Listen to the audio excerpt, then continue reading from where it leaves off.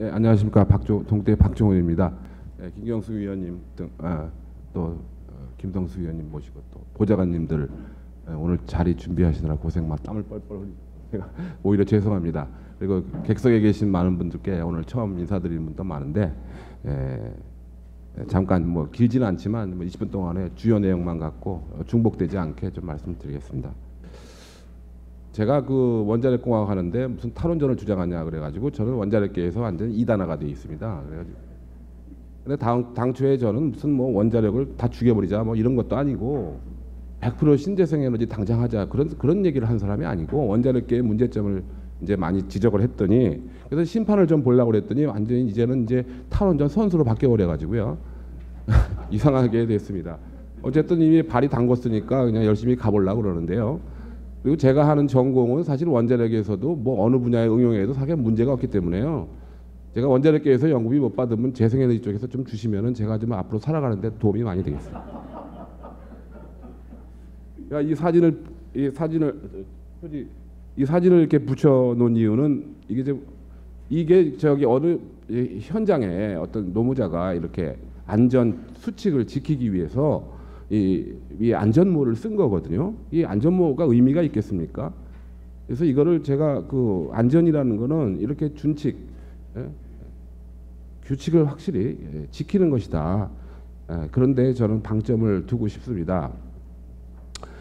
제가 그 뭐 자세한 내용은 뒤에 많이 있지만 페이스북에서 많은 내용들을 올리고 있는데 요즘 친구가 엄청 많아졌습니다.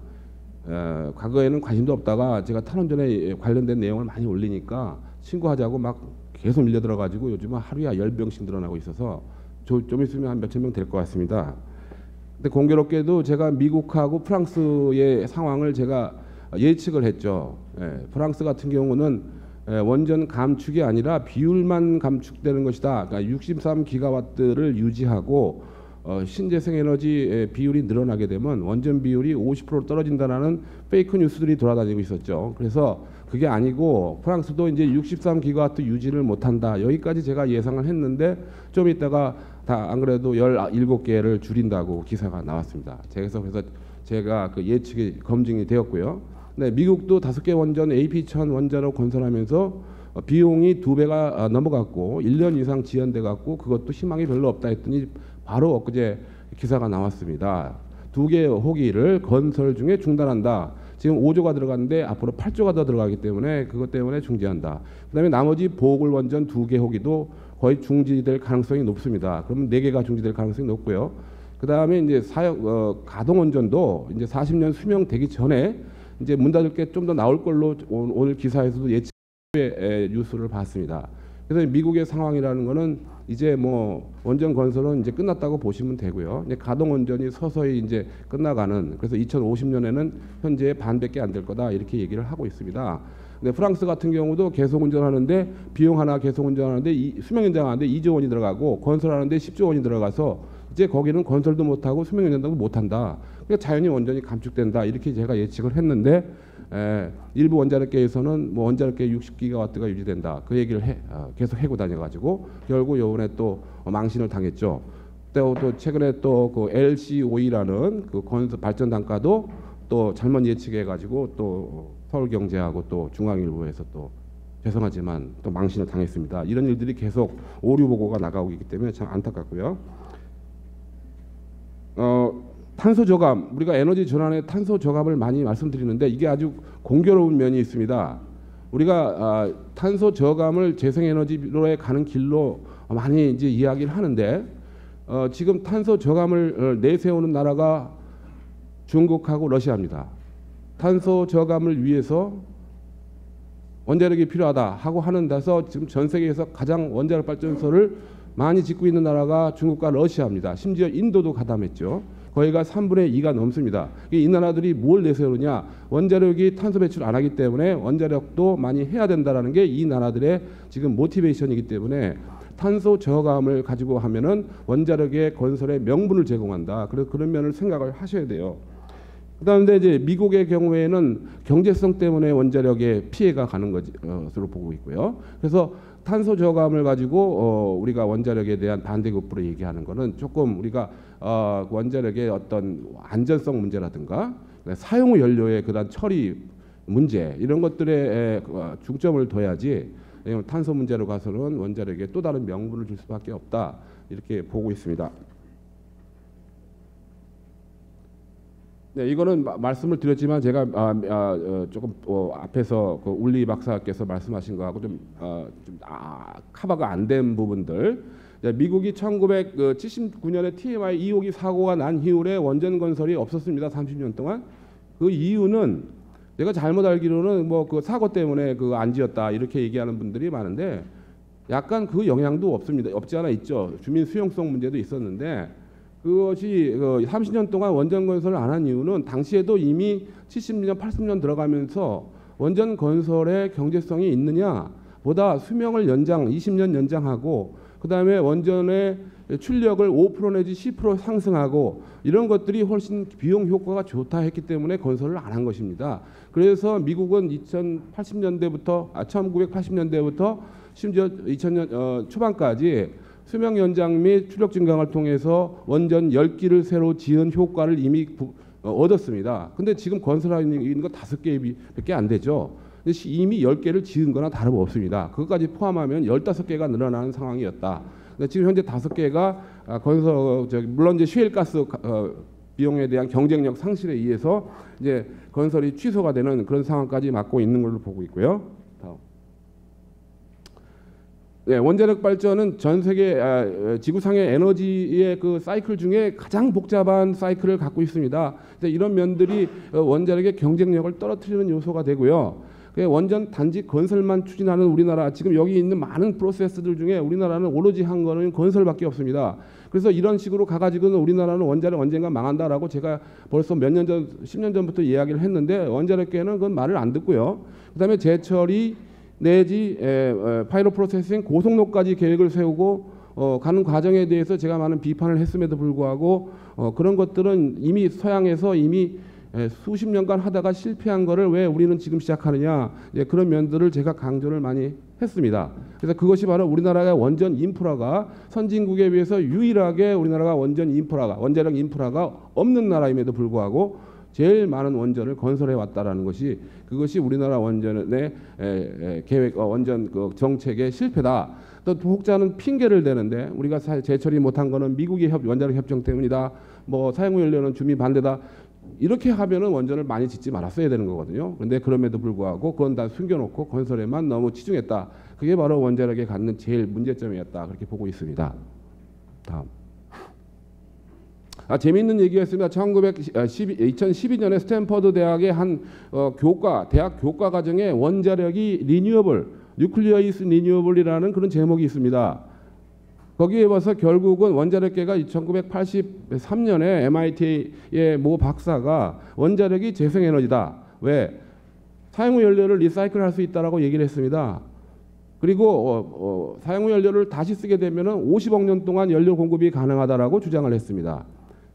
그 이후에 그 재생에너지 협회에서 연료는 재생에너지에 아무 관련이 없다. 웨이스트 쓰레기가 얼마나 나오느냐 그것을 우리가 감당할 수 있느냐 정치적인 요소가 많이 있느냐 없느냐 이런 걸 가지고 원자력은 재생에너지가 될 수 없다라고 판단을 한 바 있습니다. 네, 이런 내용들은 아무 데서도 얘기를 안 하고 있죠. 그다음 후쿠시마 사고 원인을 쓰나미라고 주장을 합니다. 쓰나미가 덮쳤기 때문에 비상발전기가 물에 잠겼다.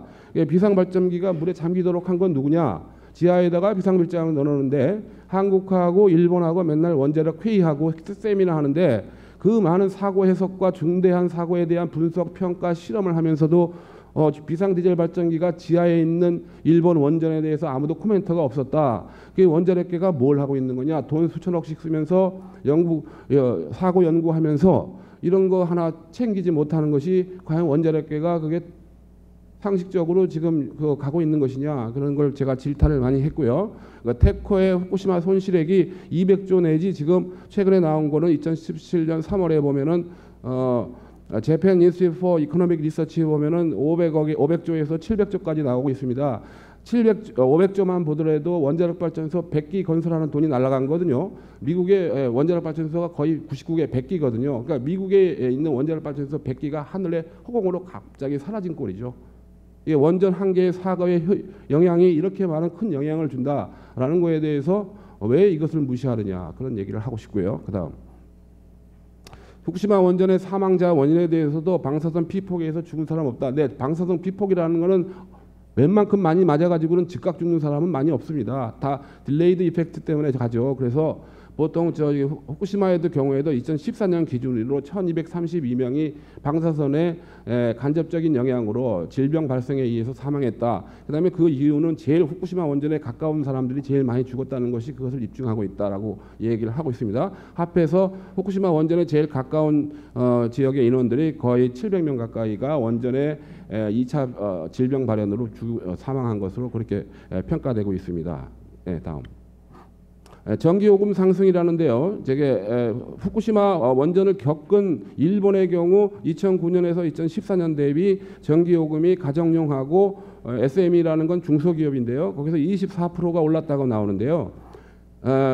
같은 기간에 프랑스를 보면 프랑스는 원전 그대로 있는데 일본은 이해가 되죠. 원자력 발전소를 갑자기 다 정지를 했으니까 뭐 올라갈 수 있다고 볼 수 있는데 프랑스는 그러면 왜 그 후쿠시마 원전 다 발생한 일본보다 전기요금이 더 올라갔느냐? 뭐 재생에너지 때문에 올라간 것도 아니거든요. 이만큼 지금 원전 비용이 75%나 원전에 프랑스가 원전에 지금 의존을 하는데 원전 운영 비용이 엄청 올라가고 있기 때문에 비용이 저렇게 전기요금이 올라간 것을 우리는 간과하고 있다. 우리나라 원자력 요금만 전 세계에서 섬같이 건설비도 싸고 생산비도 싼 이런 나라는 전 세계에 우리나라밖에 없다. 이건 데이터가 많이 조작이 돼 있다는 것을 증명하는 것이다. 이렇게 얘기를 할 수 있고요. 그다음에요. 자, 우리가 그동안 지금 공론화 사회 합의 많이 말씀드리는데 우리나라가 저기 테네시주가 미국의 테네시주가 우리나라하고 면적이 똑같습니다. 남한하고 거기에 원자력 발전소 3개밖에 없어요. 인구는 500만 명이죠. 근데 우리나라는 같은 면적에 25개에다가 5,500만이 살고 있고 부산에 같은 경우는 10개가 400만 지역에 지을 때 사회적 합의 한 번도 안 하고 강행을 했다. 이런 건 전 세계에 유례 없는 그런 과밀도 원전을 우리가 지금까지 묵과해왔다는 것은 그것은 상식적으로 이해가 안 된다. 지금 상태에서 우리가 원자력을 더 짓는다는 것은 상식적으로 말이 안 된다는 것을 보여주고 있다 그런 얘기죠. 그다음에 그동안에 많은 부분들이 지금 월성 1호기의 수명 연장, 그다음에 신고리 5륙 건설의 그 위치에 기준한 적용, 위치 기준을 사용할 때 지금 토송들이 다 붙어 있는데 신고리 5륙 원전에 사용된 인구 중심지 거리 산정하는 기준이 완전 미국 걸 갖다 썼습니다. 미국이 우리나라하고 상황이 같습니까? 미국이 그 100배나 넓은 땅덩어리에 인구 밀도도 우리나라의 3분의 1도 안 되고 5분의 1도 안 되는 나라 거를 그 규정을 갖다 놓고 우리나라에 적용해서 인구 밀도가 높은 지역에 지금 우리나라의 신고리 5륙 지역에 적용된 기준을 서울에다 적용해도요. 인천에다가 원자력 발전소를 지어도 아무 문제가 없습니다. 땅만 부지만 튼튼하다면은 지금 우리나라의 그 안전 기준이 얼마나 허술한가 그걸 단적으로 보여주고 있다. 그래서 신고리 5륙이 10개나 거기 들어가는데 용이했다. 그것이 이제 원안의 큰 실수다 이렇게 보고 있습니다. 다음. 네, 이건 뭐 앞에서 말씀드렸으니까 25년 동안 원자력 발전 비중 7% 감소했습니다. 다음. 네, 미국 원전에 대한 미국도 지금 발전량 여기 지금 내려가는 거 보이시죠? 지금 원자력 발전량이 계속 이렇게 떨어지고 있다. 그것은 뭐 이미 나온 소식이요. 그다음에요. 네, 다음 넘어가겠습니다. 미국의 재생에너지 실적에 보면은 지금 2002년에서 2014년까지 설치 용량으로 100기가와트, 그 다음에 출력 기준으로 보면은 40기가와트 가량의 그러니까 원자력 발전소의 3분의 1에 육박하는 그 지금 재생에너지가 미국에 깔렸습니다. 그러니까 그것도 모르고 셀렌버그라는 그 엉터리 환경론자가 와가지고 저기 지네 나라 상황은 모르고 뭐 우리나라가 원전을 포기하는 거는 바보다라고 얘기했는데 제가 보기에는 그 사람이 더 바보입니다. 네, 다음이요. 그래서 최근 2017년 올해 초에 지금 여기 발전량 순간 발전량이 지금 미국도 재생에너지가 22.3% 원자력이 19.1에서 넘어갔죠. 이게 계속 넘어가 있다는 건 아니에요. 이것도 좀 내려갈 수도 있는데 넘어갔다는 것이고요. 여기서 감안할 점은 뭐냐면은 태양광하고 풍력만 갖고 저렇게 넘어간 건 아닙니다. 여기다 수력발전소가 50%가 넘습니다. 미국에 비가 많이 와가지고 수력발전소에 물이 철철 넘쳐가지고 그것 때문에 발전량이 늘어서 신재생 에너지에 수력이 들어가기 때문에 이 비율이 올라간 것입니다. 그 점은 감안하셔야 되고요. 그 다음에 프랑스 같은 경우 아까 말씀드린 대로 수명 연장이나 신규 건설 모두 경제성 문제로 17기 폐쇄 결정을 했고요. 기존 원전 수명 연장하고 그 다음에 가동 원전 안전성 향상 10년마다 안전성 향상을 해야 되기 때문에 거기에 1,000억 유로가 들어가고 그 폐로가 되게 되면은 다시 지어야 되잖아요. 프랑스 같은 나라 3, 40기 건설하는데 2,500에서 3,000 유로 거의 400조가 들어가서 둘 다 포기해서 결국은 감축 들어간 것입니다. 예, 다음. 자, 영국도 원전을 영국 같은 나라는 원전의 그 용량을 유지하는 전략을 가지고 있음에도 불구하고 신재생 에너지가 이미 설치 기준으로 20%를 넘어갔습니다. 그런데 영국이 원전 건설을 계속하고 있다는 말만 주장하는 원자력계는 그거는 잘못된 것이고요. 그다음에 힌클리라든가 무어사이드 원전 건설은 이미 파산 지경에 가 있고요. 여기는 미국보다 더 심각한 상황입니다. 지금 영국은 EPR이라는 원자로는 1.5배 큰 미국 원전보다 1.5배 큰 원전인데 안전성 향상을 너무 과도하게 했다고 얘기도 합니다. 경납 건물이 더블로 들어가 있죠. 경납 건물이 2중으로 되어 있어요. 그다음에 4중의 안전 설비를 깔았습니다. 그래서 비용이 상당히 올라갔죠. 그 면도 있지만 유럽이라는 상황이 지금 건설비를 높은 상황이기 때문에 그 측면 때문에 영국도 이제 원전 건설이 희망이 안 보이고요. 그리고 영국은 이미 오래전부터 자기네가 원전 건설이나 운영을 하지 않고 프랑스가 대신해주고 있습니다. 그래서 프랑스가 영국 원전 운영 직접 하고 있고 대리를 시키면서 하고 있거든요. 그러니까 영국은 그 골치 아픈 거 니네가 좀 해라 이렇게 하고 영국은 접었습니다. 남의 나라가 와서 그 옆에 있는 프랑스가 와서 대신 원전을 해주고 있는 그런 상황입니다. 다음. 군등화 발전 단가도 영국도 이미 신규 원전보다 이제 그 재생에너지가 떨어졌죠. 그다음에 일본에 대해서는 재미있는 게 있는데 일본 40년 운전하고 수명 연장 이제 희망이 안 보입니다. 새로운 신안전 기준이 기존 원전이 수명 연장하는데 그걸 소급해서 적용하기에 너무 비용이 많아서 최근에 이카타 원전 1호기도 딱 40년 수명 만에 접었습니다. 그래서 일본 원전들도 신규 건설이 없고 저렇게 몇 개 더 접게 되면은 일본도 필수적으로 원전이 줄어들 수밖에 없다. 그 다음에 방사성 폐기물 처분장이 없기 때문에 원전을 더 운영할 수 없는 걸로 지금 판단을 하고 지금 셧다운에 들어가고 있는 것이 현재 상황이다. 그렇게 보고 있습니다. 재가동 관련해서 지금 여기 보면은 2014년 네, 18기가 재가동을 하기 위해서 신안전 기준에 따라 심사를 신청했는데 2016년 4월 현재로 볼 때는 16기만 지금 재가동 심사를 통과할 것으로 54기 중에 16기가 통과 가능성이 있고 통과 가더라도 계속해서 소송에 휘말려 갖고 저것들이 계속 가동을 갈 것인지 불확실합니다. 네, 다음. 이건 이제 신규 건설 원전은 다 연기 내지 12기 다 연기 내지 보류된 상태고요. 지금 액션이 전혀 없습니다. 일본도. 예. 일본에 재밌는 데이터가 여기 있습니다. 일본의 전력 믹스 계획인데 우리가 좀 참조를 해야 될 것 같습니다. 여기 이제 세 가지 시나리오가 나오는데요. 2A, 2B, 3A 시나리오가 첫 번째가 신규 건설을 중지가 없는 게 아니라 지연. 수명 60년 보장. 그다음에 수명장을 20년 한다는 거죠. 신규 건설을 지연하고 수명을 40년 하는 경우, 신규 건설 없고 수명을 40년 하는 경우, 그러 보면은 지금 발전 용량이 이렇게 2A, 2B, 3A 가서 이 세 번째 시나리오는 발전 용량을 유지하기 어렵다라고 지금 판단을 하고 있습니다. 그래서 이 3A보다는 지금 현재 당분간은 이 두 번째가 유지하는 정도. 우리가 감안을 좀 디테일한 자료는 제가 못 구했습니다만은 여기에 신재생 에너지를 어떻게 계산을 했는지가 아직 제가 자료를 못 읽겠지만 의미 있는 그런 시나리오라고 볼 수 있겠습니다. 다음. 네, 원전의 실질적 수명, 원전의 수명이라는 것은 지금 많은 분들이 오해를 하시는데요. 원전의 수명이라는 건 설계 수명이 아닙니다. 디자인 라이프타임이라고 하는데 설계 수명이라는 말은 굉장히 오류한 것이 우리가 수명을 설계할 수 없습니다. 수명을 디자이너가 절대 설계할 수가 없고요. 일부 어떤 부품들을 교체 주기를 늘릴 수는 있어요. 예를 들면 보일러를 20년 쓰던 거를 재료를 바꿔서 25년을 쓰거나 이 정도는 연장할 수 있지만 발전소 전체의 수명을 설계자가 조절할 수 없습니다.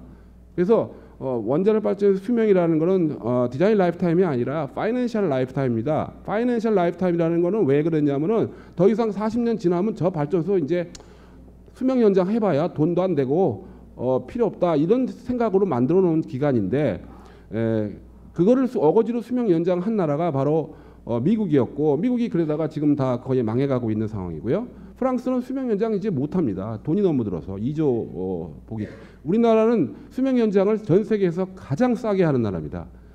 2천억밖에 안 들이고 수명 연장을 한 나라. 그러니까 수명 연장이라기보다는 그냥 원래 그 지을 때 수준 정도를 가지고 계속 가는 거기 때문에 크리티컬한 부품만 몇 개 교체하고 그냥 수명 연장을 주는.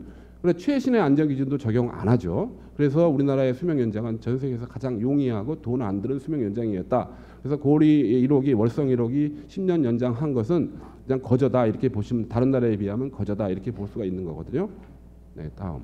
실질적인 수명이 잠깐 전 페이지 보시면은 이게 전 페이지 잠깐 보시면 전 세계 원전들이 대부분 150기가 여기가 지금 폐로 됐는데 그 중에 거의 열 몇 기를 빼고 나면은 다 40년 이전에 폐로가 됐습니다.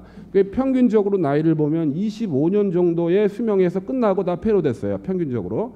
그렇다고 그러면은 지금 40년이라는 수명을 지금 현 정부에서 보장한다는 거는 굉장히 길게 잡아주는 거예요. 현재 가동원전에 40년을 보장한다는 것은 실제 평균 수명 25년에 비하면 많이 주고 있는 건데 그것에 대해서 자연 감소다 이렇게 볼 수 있는 거거든요. 자연 감소에 대해서 뭐라고 지금 따지는 것은 뭐 말이 안 되는 거다. 신규 건설에 대해서는 뭐 이론이 있을지 몰라도 가동원전에 40년 만에 그 접는 것은 큰 문제가 없다. 예, 그래서 시간이 제가 뭐 이거 말할 시간이 많지 않은 것 같아서요. 한 5분 만에 끝내요. 그 측면에서 다시 말씀드리면은 지금 신고리 3, 4위의 원자로 수명을 60년이라고 목표를 잡아놨는데 실제 미국에서 그 데이비스 베스의 원전 같은 경우는 건설한 지 몇 년도 안 돼 가지고 이렇게 원자로 뚜껑에 구멍이 나는 사건이 발생했습니다. 그래서 원전 수명 60년이라는 건 목표일 뿐 어느 나라도 60년까지 운전한 적이 없습니다. 그래서 미국 같은 나라도 60년 줬지만 40에서 50년 사이에 다 접는 상황이기 때문에 전 세계에서 60년간 원전도 없는 상황이고 검증도 안 된 상황에서 우리가 신고리 3, 4, 5, 6을 그 서류만 보고 60년을 인정해 준다는 것은 그거는 좀 문제가 있다 그렇게 보고 있습니다. 사후 처리 비용 등 네, 그다음 예, 이건 말씀드린 거고요. 다음 사용 후 연료 처분 비용도 미국 일본의 경우 사용 후 연료 처분장 비용을 우리나라는 한 3, 40조 보는 것 같은데요. 미국 일본은 뭐 지진이 더 많아서 그런지 몰라도 일본은 사용 연료 연구 처분장 120조 원 보고 있습니다. 예, 이런 비용들이 우리나라는 상당히 저평가되어 있기 때문에 원전 건설가가 이렇게 싸다 이렇게 볼 수 있고요. 그다음에 다음입니다. 다음 페이지. 해체 비용도 상당히 저평가되어 있죠. 다음 자료를 보겠습니다. 지금 원전 해체 비용이 적립된 게 영국하고 독일의 경우는 한 기당 지금 8.5에서 19.4조 원을 적립해 놓고 있습니다. 독일만 해도 흰 기당 2.9조 원을 적립해 놨는데 여기에 이거 감안해야 될 게 뭐냐면 해체 비용에는 그 원전에서 나온 사용 후 연료 저장을 50년 이상 해야 되기 때문에 연구 처분장 가기 전에라도 그 비용을 적립해야 됩니다. 그래서 그것을 건식 저장을 하는데 그 비용까지 포함했는데 프랑스가 가장 지금 해체 비용을 적게 잡아놔가지고 여기가 지금 하나의 또 골칫거리를 앓고 있습니다. 프랑스도. 네, 다음. 그 다음에 그 전전 페이지를 가시면 우리가 원전의 그 퇴출에 대해서 해체 산업의 육성에 대해서 많은 말씀드리는데 여기 보시면은 전 세계에서 2040년까지 150기가 해체가 되는데 그 150기 중에 100기가 유럽입니다. 근데 2040년까지 우리는 절대로 해외에 그 해체 산업에 진출을 할 수가 없는 게 2040년 되면은 고리 1호기 정도 해체가 끝났을 것입니다. 그때 그 정도 한 호기 해보고 어느 나라 원전까지 갈 수 있느냐? 가더라도 2040년 이후에나 가능하다. 이 원전들은 이미 다 계약이 끝났습니다. 해체에 대해서. 우리가 들어갈 150기는 우리가 해체 산업에 들어갈 해외 원전이 없습니다. 그래서 그것을 너무 강조하는 것도 문제다. 우리나라 것만 해도 버든이 많을 것이다. 고리 1호기, 2호기, 3호기 연결되면은 우리나라가 해체하는 데도 역부족인데 해외 산업을 너무 강조하는 것은 좀 데이터에 맞지 않는다. 그렇게 보고 있습니다. 다음. 사고 처리 비용도 1kW당 일본의 사고를 반영을 하면은 우리나라 원전이 300조 원을 40년 동안 25기가 적립하면은 한 킬로와트아워당 38원 내지 40원 적립해야 됩니다. 여기다 더해봤더니 가스보다 비싸집니다. 다음. 원전 수출에 대한 허구성을 말씀드리겠습니다. 원전 수출 중국, 러시아, 인도가 전 세계 원전 건설의 거의 70%를 넘어가고 있는데 이 원전들은 자기네 기술로 짓지 우리나라 거 절대 안 짓습니다. 그다음에 나머지 원전들은 동구권인데 동구권 국가들은 다 러시아 손아귀에 있기 때문에 다 러시아 원전 가까이 옆에 있는 거 러시아 원전 짓지 우리나라까지 멀리 있는 거 짓지 않습니다. 최근에 헝가리도 러시아하고 2개 건설 계약을 했고요. 그 다음에 심지어는 일본마저 인도에다가 6기 협약을 맺었습니다. 그리고 또 수출이라는 것은 지어주는 사람, 수출하는 쪽에서 돈을 가지고 가야 됩니다. 그래서 우리나라도 UAE에 12조 원을 빌려줬죠. 28년 동안 빌려주는 겁니다. 그러니까 원전 수출이라는 거는 지금 기수도 과장돼 있고 거의 불가능한 해외 수출에 대해서 지금 이야기를 하고 있고 그 다음에 그것이 과연 돈이 되느냐 남의 나라에 돈까지 꽂아가면서 그렇게 진출할 이유가 뭐가 있느냐 그런 이슈를 제가 자세히 검토해야 됩니다. 다음. 이건 제가 말씀드린 대로 지금 세 개의 나라가 다 인도, 중국, 러시아가 거의 대부분이고 이 아래 나라들은 몇 개 되지도 않는 걸 가지고 여기는 수출이 불가하고 여기 지금 프랑스, 일본, 영국은 이미 그건 건설 끝났습니다. 이제 건설 못합니다. 어디다가 수출하겠다는 건지 난 도저히 이해가 안 되는데 지금 온 신문에서 수출이 뭐 타격을 받는다라고 얘기하는데 아니 후쿠시마 같은 나라는 그렇게 막대한 그 사고를 발생시키고도 어떻게 이 인도에다가 6개를 갖다가 하겠다고 그렇게 협약을 하게 되겠습니까?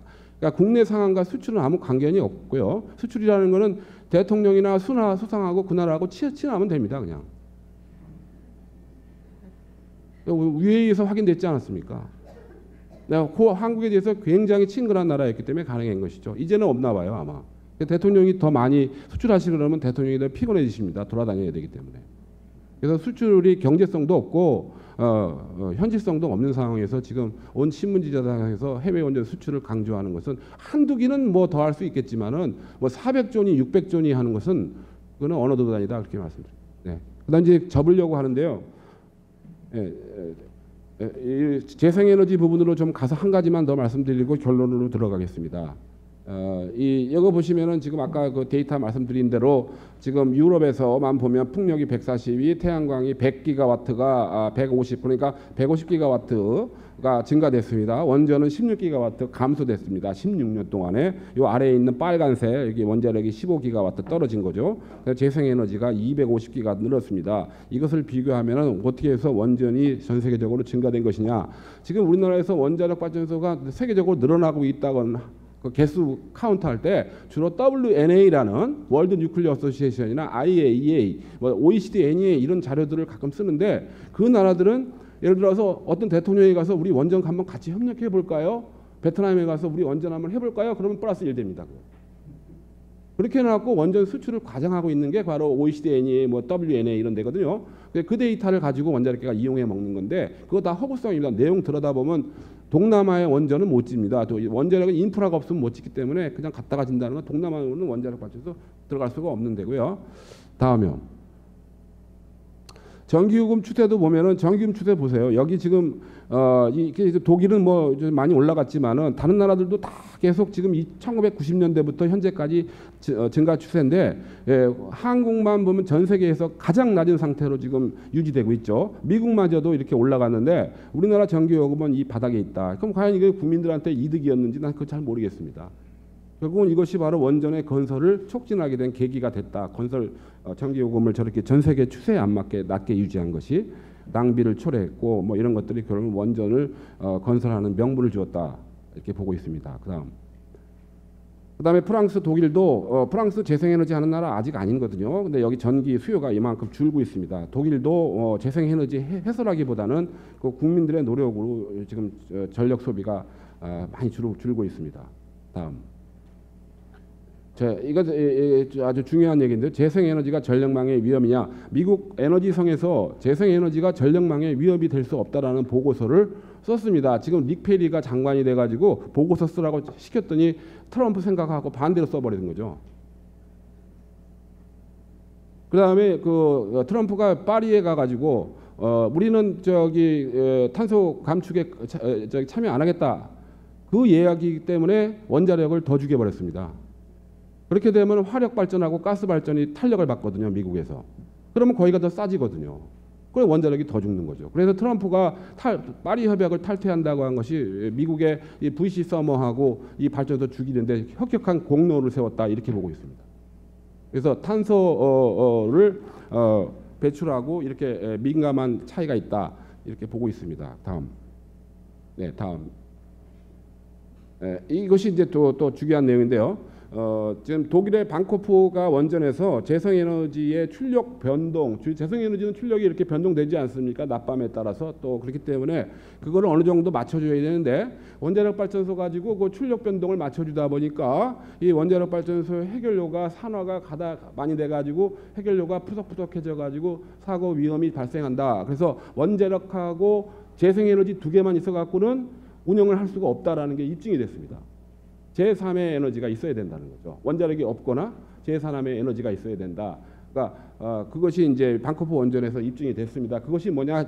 결국 원자력이 아닐 경우에는 수력이나 가스가 있어야 된다. 그것을 입증을 하고 있다. 재생에너지가 100%가 될 수 없는 당장이라도 미래에도 당장 될 수 없는 이유는 바로 이런 출력 보상을 해주기 위한 제2나 제3의 소스가 없이는 당분간은 어렵다 이렇게 보고 있습니다. 다음. 재생에너지 소요 면적을 과장을 하고 있는데요. 제가 이걸 아주 최대로 계산을 해봤습니다. 미국의 태양광 잠재력을 봤더니 뉴저지주에서 38만 테라와트 하는데 6,598km 제곱이 필요하다. 이거는 그 지역의 상황을 고려한 거긴 하지만 발전량으로 봤기 때문에 이건 이용률이 고려된 것이거든요. 그래서 우리나라의 경우에 480 테라와트 아워가 우리나라 1년 소비량에 가깝기 때문에 이걸 약간 환산해 봤더니 면적이 7,200km 제곱이 나오는데 7% 정도가 태양광만으로 할 경우에는 7% 정도가 그것도 유틸리티 스케일로 이렇게 깔 경우에는 7%다. 그러나 저거를 분산 처리하게 되면은 저거의 반밖에 안 되겠습니까? 재생에너지를 100%가 하는데 전력 변동 유지하는 게 이슈지 면적 자체는 큰 이슈는 아니다. 이렇게 보고 있습니다. 다음.